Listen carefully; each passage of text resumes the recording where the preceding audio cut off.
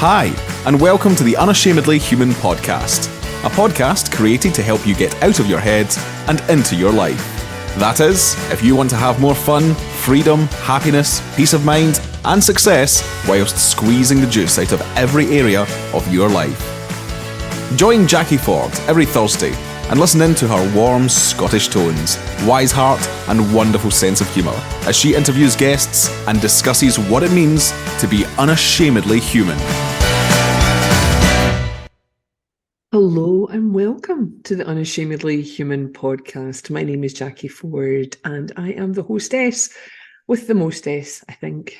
Anywho, this week I just wanted to shoot the breeze with you all, just to sit here and ramble and talk about things I've seen coming up in my practice and talk about some of the things that I'm doing in the world that hopefully will pique your interest. Oh, and there'll be a few wee stories in there about what's going on with family, of course.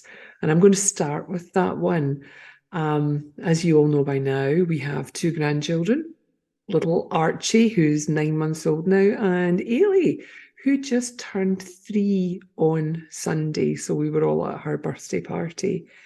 And little Ailey, I call her my pumpkin, is the cutest little button ever. And I'm really enjoying the journey of being a grandma with her because it's giving me this wonderful opportunity to noticing myself and reparenting myself at the same time. And I'm noticing that my daughter is doing the same thing. It's been fascinating with her to be able to talk about things that I didn't understand with my mother. And she's been able to talk about things that she hasn't understood with me either. So we're just having this beautiful healing between us in the hope that any of the misunderstandings that I've had with Megan, my daughter, she doesn't pass on to her daughter.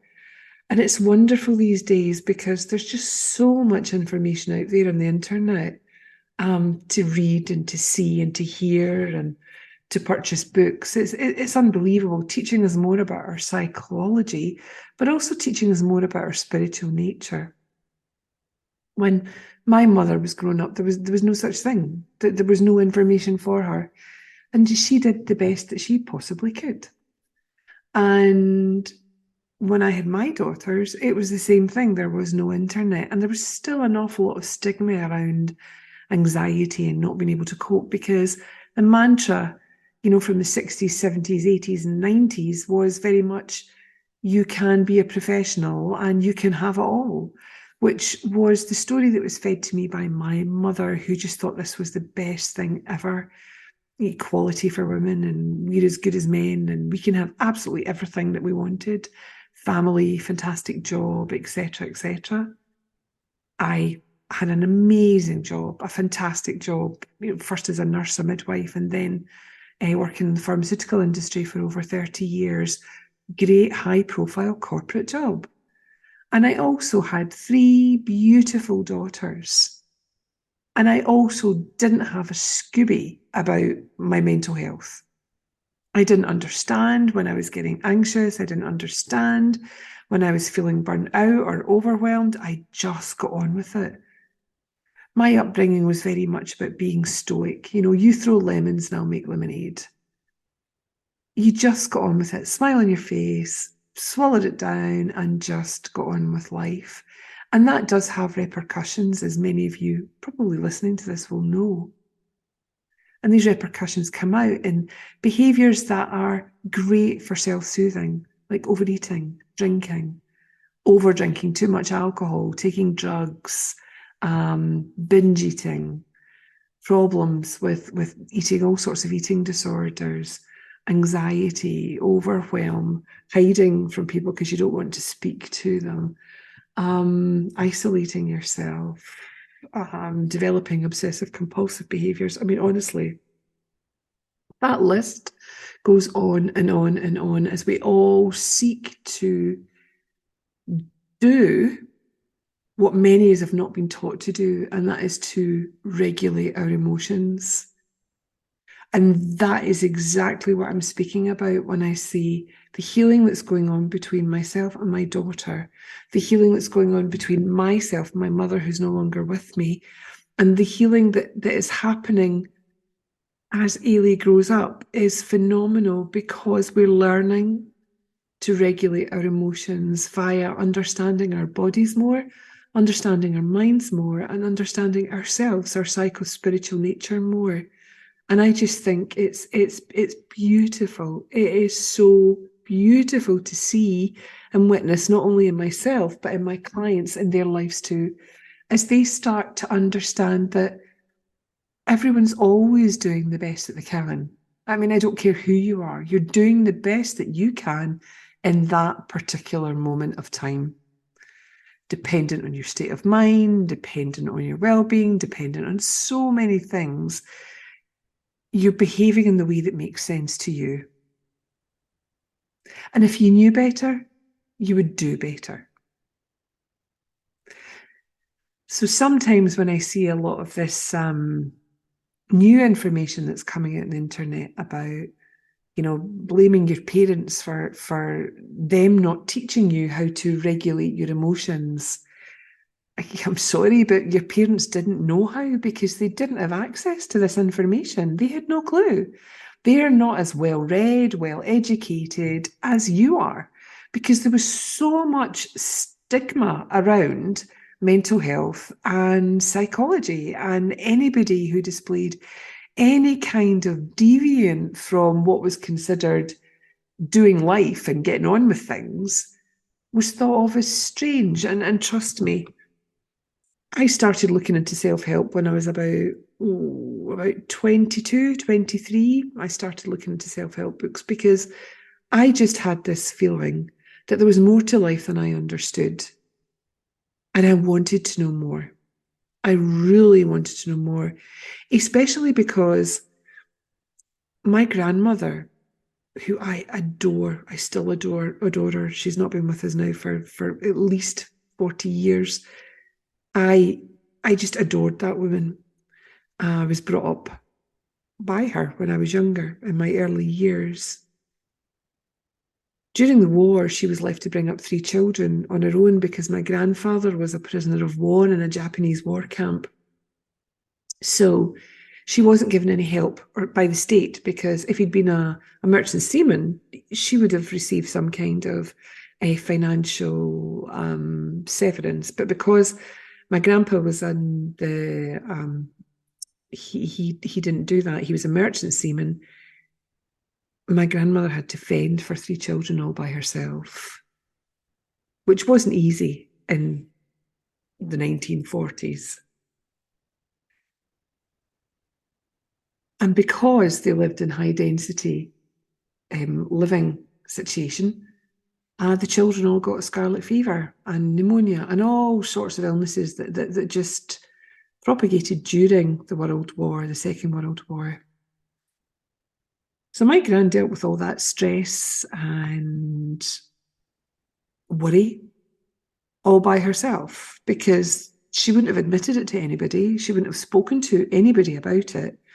And she would have been afraid to be judged. I mean, I even remember her talking about going down to the steamy, and the steamy, for anybody who doesn't know, is where women in Scotland, especially Glasgow, would go to wash their clothes. And it's where the women would all get together and they would all talk and they'd all catch up in the latest gossip.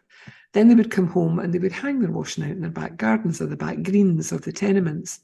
And I always remember my gran saying that there was a shame attached to hanging out your whitewashing if it wasn't absolutely beautifully white. You would feel embarrassed to hang it out in your back garden. And you look at that now and you think, oh, bless, that's a shame that you carried that kind of guilt even about your washing. It was just such a shame-based society. Anyhow, my grandfather came back. He came back from the Second World War, and he came back a different man. He was a beautiful soul who, again, stoically didn't want to speak about his experiences of being a prisoner in a Japanese war camp for 3 years. and all the atrocities that must have happened in there that he saw and witnessed and experienced. And he didn't want to talk to anybody about it. And there was no groups, no self-help. Men didn't talk about these things. And my grandfather found a way to soothe his feelings, and that was through alcohol. He was a binge drinker. He wasn't always overserved, but, he was overserved on occasion. And that unfortunately led to my grandfather dying when he was in his mid-50s. That, as well as being near Hiroshima when the atomic bomb went off, had its implications on his health, causing him to have pancreatic cancer. So my gran lost her husband when he was in his mid-50s. And then she lost her son 5 years later. And as a result of that, my gran really found her mental health deteriorating. At the same time, incidentally, she was going through menopause, perimenopause. So the first thing she did was she went to the doctors, and the doctor prescribed her antidepressants, as they did. There was no talking therapy. There was no opportunity to talk through things or understand why she might be feeling that way. She just felt she shouldn't be feeling that way because she also had been fed this stoic idea of you just got on with things. Things happen, you just got on. You bury them, you don't talk about them, you just got on. And unfortunately, the antidepressants didn't work. And she ended up going into hospital and had electroconvulsive therapy. Now, I remember going to see my gran, this woman that I absolutely adored, and I was only about 11 years old, 10 or 11 years old, and going up to see her in the local psychiatric hospital and meeting her. She always insisted that we met her in the tea room where visitors could meet with the people that were in the hospital while they were having their treatment. And I remember being in this tea room with my gran, and at that time people were allowed to smoke in tea rooms, and there was a lot of smoke, and there was a lot of people who were very agitated, and it just felt so unsafe to me as a young child. And I just remember crying all the time when I saw my gran, because I thought my gran shouldn't be here. She shouldn't be here. Even though she was only in for a week while she had her treatment. Luckily, the treatment worked. And she managed her mental health much better. And then when my mother started to go through perimenopause, she became depressed, or she said she was depressed, or whatever was going on. And with my gran, they called it, it was an endogenous depression. It was I think that's what it was called, like something that was outside of herself that caused it. Sort of the feeling of her son and her husband dying so quickly and in such a short span of time. And my mum's, they were saying, it was all to do with her, something inside of her. She was kind of making herself depressed. My mum got put on antidepressives, and she was on them, I think, for the rest of her life. And I always swore, I think, because I'd had this experience of my gran and my mum, that I would exhaust every avenue to understand myself more fully. And that meant reading self-help books. Whenever Jerry, my husband, and I would take our three daughters to the local bookstore on the weekend, the kids would be in the kids section. Jerry loves sci-fi, so he'd be looking at the sci-fi section. And, if ever they lost me in the store, if Jerry said, "What's your mum?" Our kids that's of 7, 5 and 3 could go, "Mum's in the self-help section." Which is, they still remind me about that today, and they're now 30, 27 and 25, which is just really funny. But I was searching outside of myself for answers because I didn't want to end up in the same space or place as both my mother and my grandmother had ended up. And they ended up in that space because There was no internet. There was no access to information. There was huge amounts of stigma around mental health. And there wasn't an understanding of what happens to women's bodies and minds as they go through menopause, perimenopause, which drives me crazy. That I just wish someone had known and could have pointed them in the right direction. Because when I started to go through perimenopause and menopause, I realised that I too found my mood was lower. I wasn't as excited about the same kind of things as I was before. I had a tendency to think darkly about things that previously I'd always been quite optimistic, getting on with life. I found myself feeling anxious about things that never bothered me before. And it all just felt really, really strange. And that is why I'm so grateful for this understanding that I teach, or one of the understandings that I teach, called the three principles. Because the three principles, thanks to Sid Banks and his teachings, have taught me not to be afraid of my own experience, to understand that I can have dark thoughts, I can have an agitation in my body, I can have, trepidation, thoughts that are depressive, and not be afraid of them because they don't define who I am. They are just thoughts that are temporarily passing through. And depending, again, on my state of mind or my state of well-being, I might be more prone at sometimes to take them more seriously than I would any other time. And that's okay. There's no judgment, there's no shame. It is just part of the human design where we oscillate between being conscious enough to see what's happening and sometimes not being conscious enough to see what's happening. And all of it is okay. This understanding of the principles is really, it's the foundation of everything. Foundation of humans being able to understand their psycho-spiritual nature in a beautiful and simple way, teaching us how our psychology works, but also teaching us how our spiritual nature works. Because we are both. We can't be one without the other. Yet, people are frightened of the thought of spirituality. They think it's something to do with religion, and they tune out. And often, sort of like spirituality, like religion, it comes laden with all sorts of preconceived notions. And personally, I just think there's too many interpretations of spirituality and being spiritual, with some people really confusing it with religion, thinking it's only connected to some kind of religion. And if, you're agnostic or you don't believe in any kind of religion, you really don't want anything to do with spirituality. And some people believe that it only has to do with yoga or meditation or eating organic or making your own compost. What some people have even asked me, is it got to do with ghosts or dead people? And I just find that really, really funny. You see, we're all spiritual beings. All sentient beings are spiritual beings. We're all connected. We're all connected and we're all one with the universe. There is a purpose to our lives, even when you haven't found it.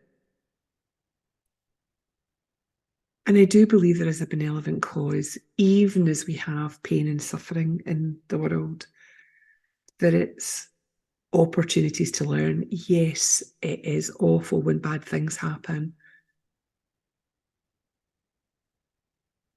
There's always a teaching, there's always a learning. It's about learning about yourself. It's about learning about your experience. It's about moving on from that, evolving and knowing something new and something fresh, which sometimes doesn't come straight away. Sometimes that learning comes later on. But it's impossible to prove spirit and spiritual concepts with our heads.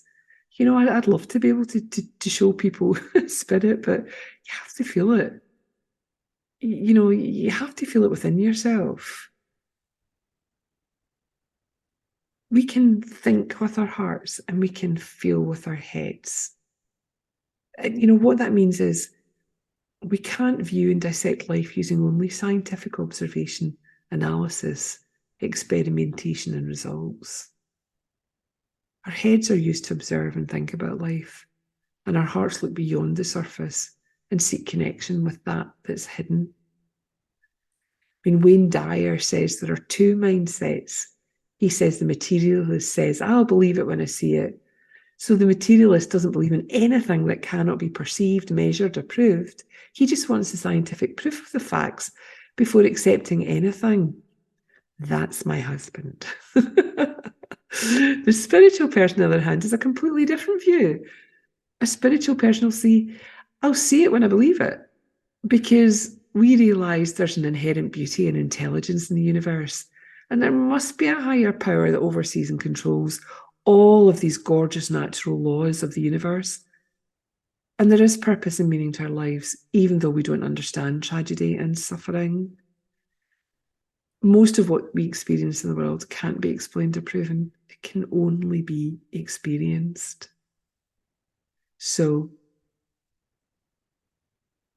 when I think back to my daughter and the beginning of this podcast and my granddaughter, Ailey, and the healing that we're all going through, that wouldn't have been possible without the knowledge and the wisdom that I've gathered through the years of understanding the principles and not feeling as though I have to control life because there is a higher power out there, a divine power that supports me. It does the heavy lifting. So I don't have to be the control freak that I was when I was a young mother. My daughter is seeing that too about herself. And she too will teach that to her daughter. I see the innocence in my grandmother's experience, my mother's experience, and I really would have loved if they had been talking therapies or, people had understood perimenopause and menopause more deeply so that they could have understood that it wasn't their fault that they were having this different experience of life. It was it's natural, it's normal. And if they had known about the principles too, they wouldn't have taken their experience so seriously. And that's what's allowed me to journey through my perimenopause and menopause lightly, without the aids of any kind of medication, because I stopped looking outside of myself and I started to listen to what my body and my mind were telling me to do. So when we slow down and we take the time to look deeper into life, the world, and spirituality, there is a reverence for all of these unseen laws that hold everything together in perfect rhythm and harmony. And then all these concepts, they don't seem like spiritual stuff anymore, but just expressions of life, expressing life. Next Monday, the 22nd of May, I'm beginning an exploration of the principles, the 3 principles that you've heard me speaking about in this podcast. It's a 14-week journey of both recorded material and live calls that take you to a deeper understanding of what I've just been speaking about. The course has audios, it has written material, it has animations and videos and question and answer sessions that really allow you to make common sense out of a spiritual understanding.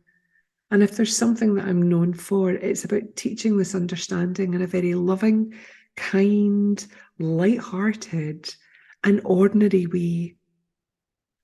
Because when we understand the principles in that way, it's just life, expressing life.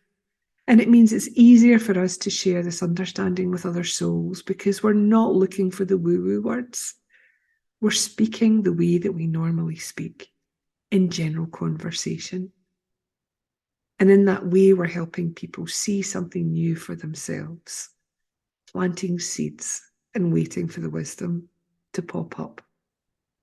So if you would like to join me, there is information on the podcast notes, and you can subscribe to my email and the podcast by just filling in the details that you see on my website and on the podcast notes. Until then, take care of yourselves, and I look forward to speaking to you all soon. Bye for now.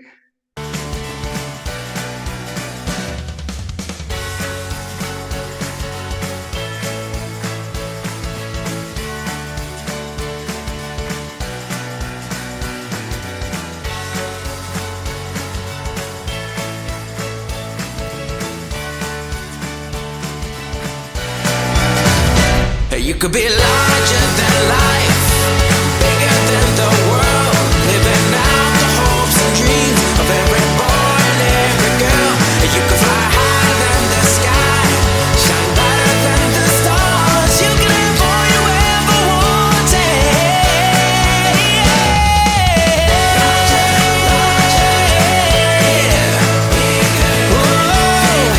Hopes and dreams, every boy. You can fly higher than the sky, shine brighter than the stars. You can have all you ever wanted. You know you could.